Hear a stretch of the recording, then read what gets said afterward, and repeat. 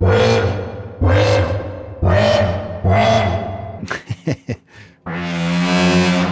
like you're using a chainsaw or something.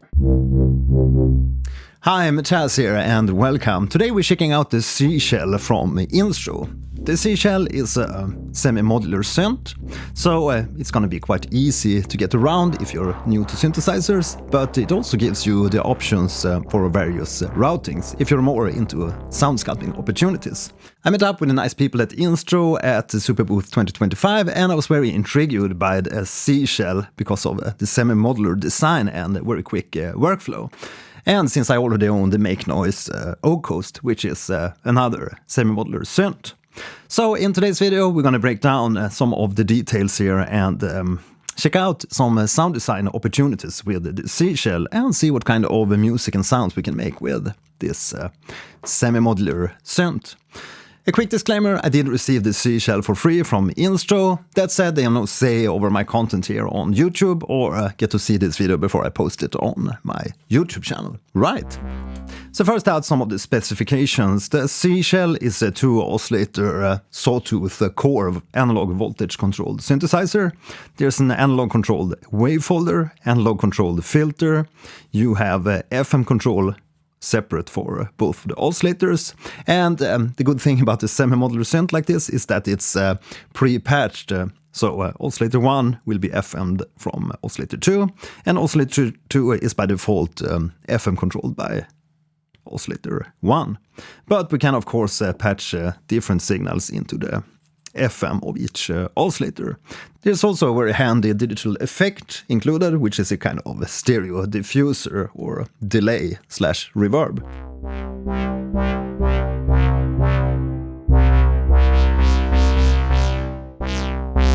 With the Seashell we also get this nice little chart, so it's gonna be more easy to get started using the synth. And we also have this signal flow scheme, which makes it easy to see how things are pre-patched or how they can be patched. Right, so let's begin by listening through the different oscillators. So first out, if we take a look at this source knob, we can see it's some kind of pinkish color. That means that we're gonna have a wave folding on oscillator 1, and the oscillator 2 is gonna be a square or a pulse wave. And by default, we can't control the pulse width directly from the device, but you can obviously control the pulse width via the bundled software. So let's take a listen to the first oscillator setup.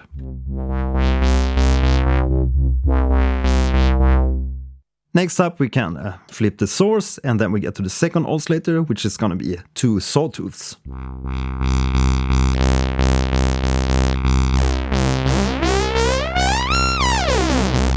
Next we have a wavefolding and a sawtooth.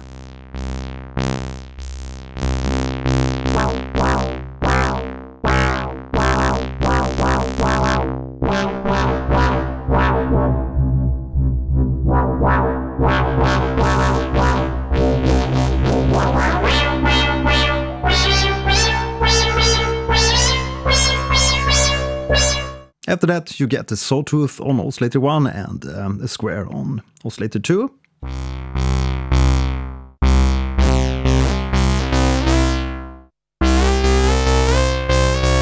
We can also activate hard synchronization. By default, when we have the sync in a white color, that means that oscillator 1 and oscillator 2 are synchronized to the same fundamental or root note. If we set this to a half sync, that means that oscillator 1 will be half the frequency of oscillator 2, so 1 octave lower, which will instantly get us a more fat sound. And you can also make it even more low.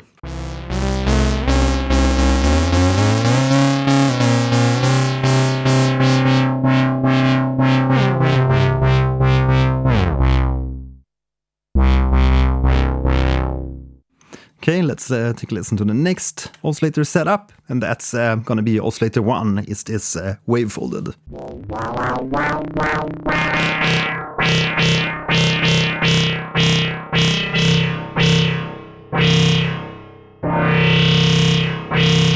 And here we have the controls for attack and release.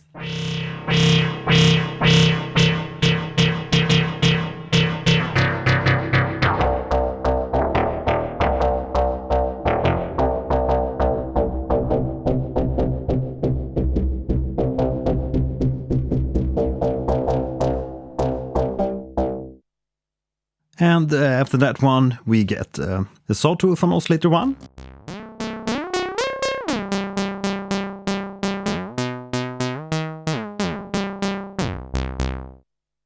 And a square wave on oscillator 2.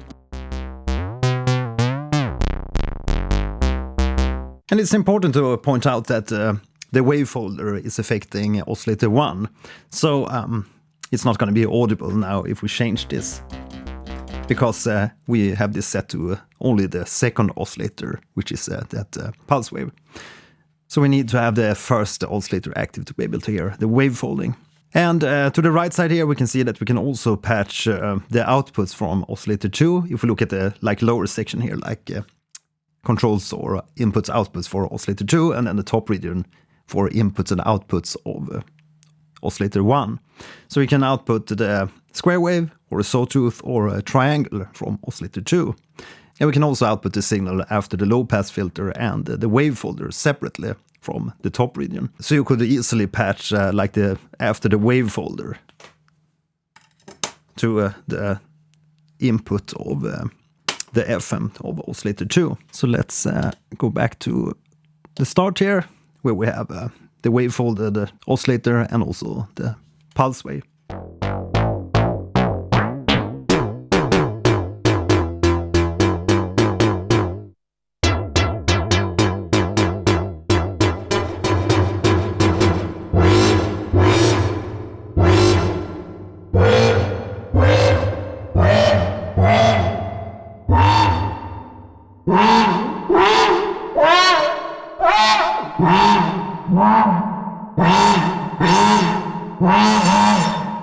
So you can really create a really insane cinematic sounds with this setup.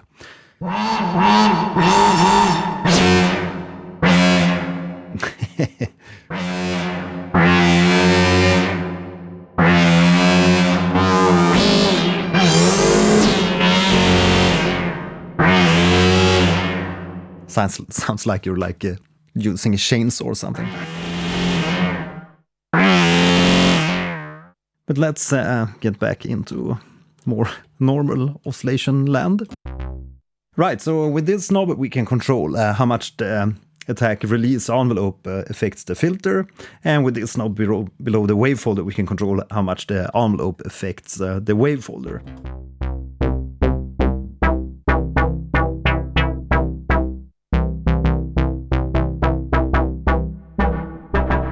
Okay, so let's sound design and record a few tracks, and we're going to first have a bass, then we're going to add a plug sound, and then maybe some effects on top of that, and see if we can create a little cinematic cue with the seashell.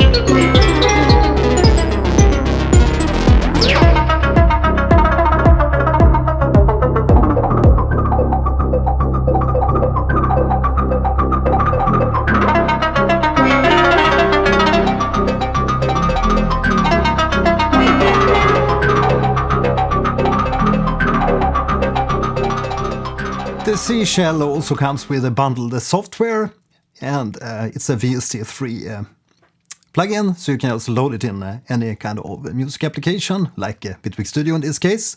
And with this plugin we also get access to a little bit more features, like an additional digital controlled LFO, and also this modulation matrix.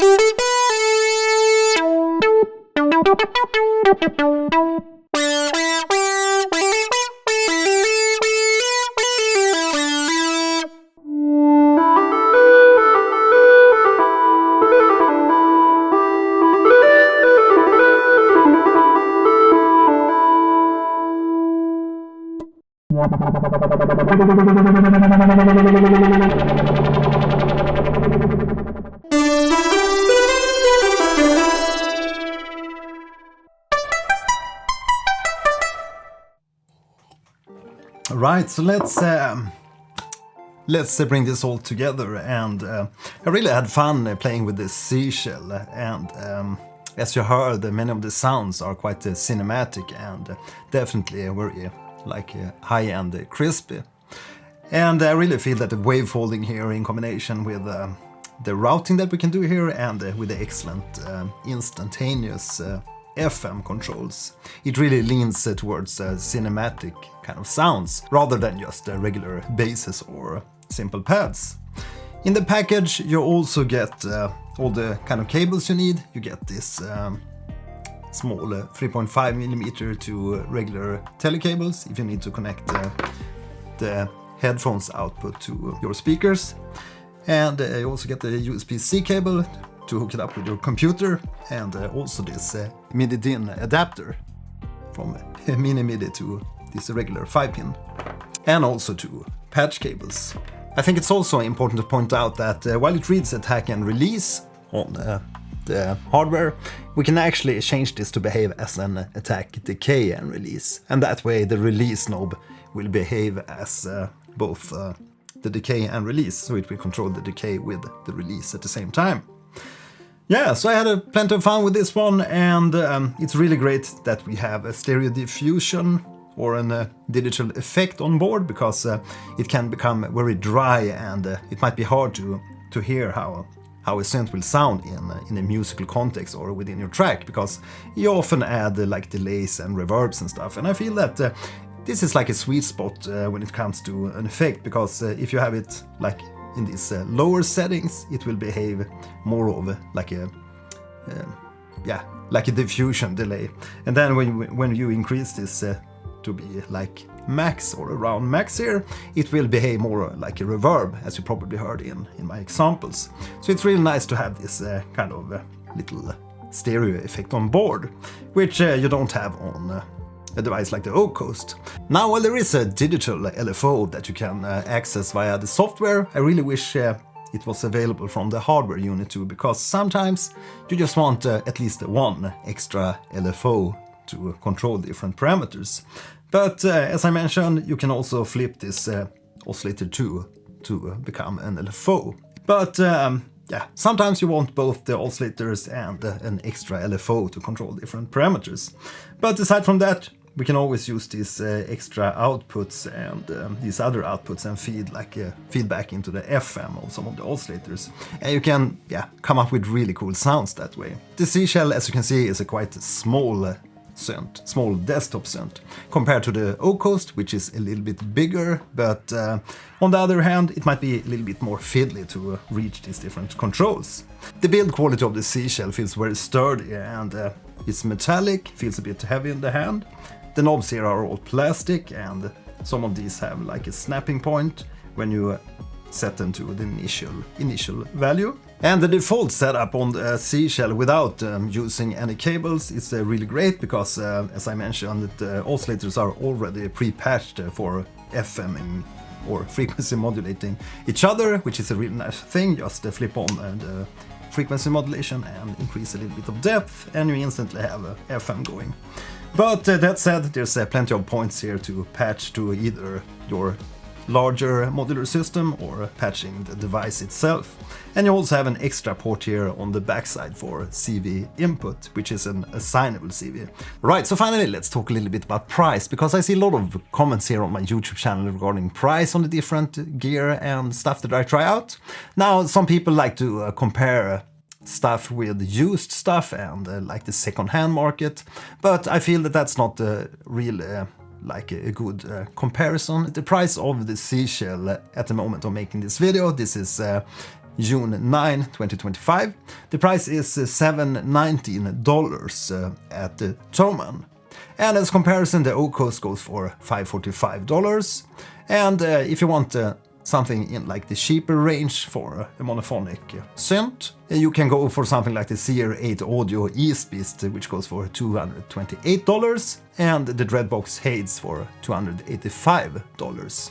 And this is obviously comparing the Instro Seashell with monophonic semi-modular synths. We're not comparing this with either the second-hand market or comparing this with polyphonic synths. Again, when comparing the Seashell with the OCOAST regarding price, with the OCOAST you don't get a built-in audio MIDI interface, which you have with the Seashell, so you can just hook this up to your computer and send the audio via the USB, and also have the MIDI input-output via the USB. And with the Seashell we also get that extra standalone application and that VST3 plugin, so we can control this device via software and save different presets and stuff. So that's also a bonus here for the Seashell, and probably also makes up a little bit for the higher price. Oh, and finally, if you support my channel here on YouTube as a patron, you can do that on patreon.com/Gelheim, and you will receive a free sample pack featuring the Seashell. I hope you enjoyed this video. Again, if you're new to my channel, please subscribe and hit that notification bell so you don't miss out on any of my videos. And by all means, if you have any types of questions or comments, leave them in the comment section. My name is Mattias, see you in the next video. Bye!